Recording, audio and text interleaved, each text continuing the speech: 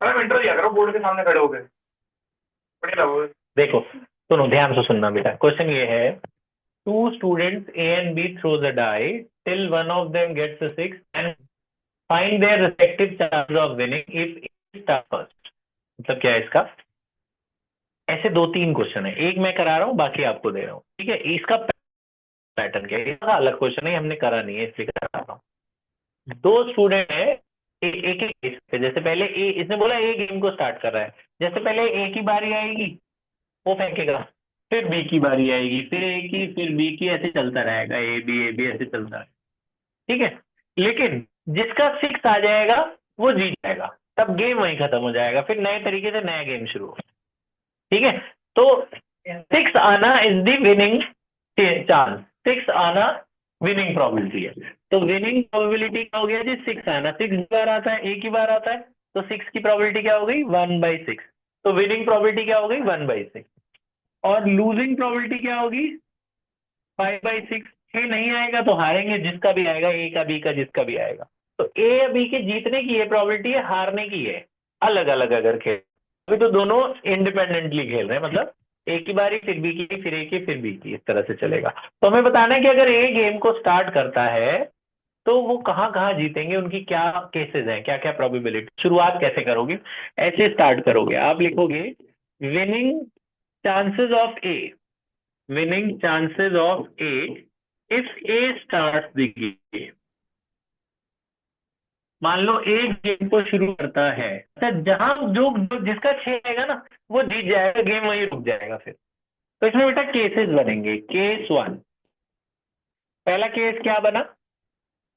ए की बारी आई, मान लो अगर हमें ए को ही जिताना है, तो ऐसे सोचो कि अगर ए को जिताना है तो ए कब कब जीतेगा? जब जब उसकी बारी आएगी। पहला केस क्या हो गया? ए ने फेंका और जीत गया।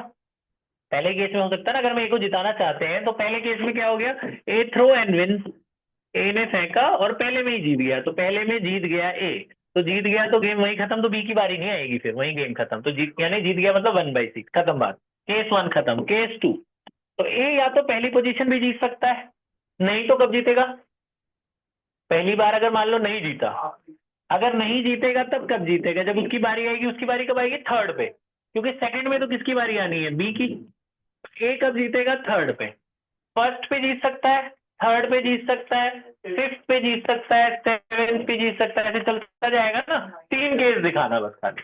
तो फर्स्ट का दिखा दिया, ए में पहले में फेंका जीत गया। दूसरे में क्या हो सकता है? फर्स्ट में नहीं जीता तो कब जीतेगा? थर्ड में। तो नहीं जीता मतलब हारा है, हारने की क्या प्रोबेबिलिटी है? 5/6, है ना? हमें ए को ही जिताना है, तो ए को जिताना है, तो ए फर्स्ट पे नहीं जीता तो ए थर्ड पे जीतेगा, तो इसका मतलब जो बी की बारी आएगी बी हारा होगा। तो A not B not P A, तो हारने की प्रोबेबिलिटी 5/6, ये भी हारा है 5/6, ये जीते तो 1/6। यहाँ पे क्या हुआ? 1/6 का इंटू 1/6 की बात समझ। केस थ्री, अगर ए पे भी नहीं जीत तो कब जीतेगा? फिफ्थ पे जीतेगा, मतलब पहले वाले हारे होंगे ना सारे लोग, तभी जीता होगा वो। तो ए पहले में हार गया, फिर बी हार गया, फिर थर्ड में हार गया, फिर बी हारा होगा, तब जाके पांचवे पे जीता होगा।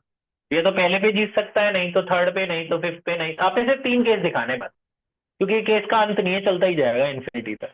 तो पहले केस दिखा दिया, ये नहीं जीत गया, दूसरे तीसरे पे जीता, फिर पांचवे पे। तो पहले चार लोग हारे हैं इसमें, ये भी हारा, ये भी, तो हारने की क्या प्रोबेबिलिटी है? 5/6।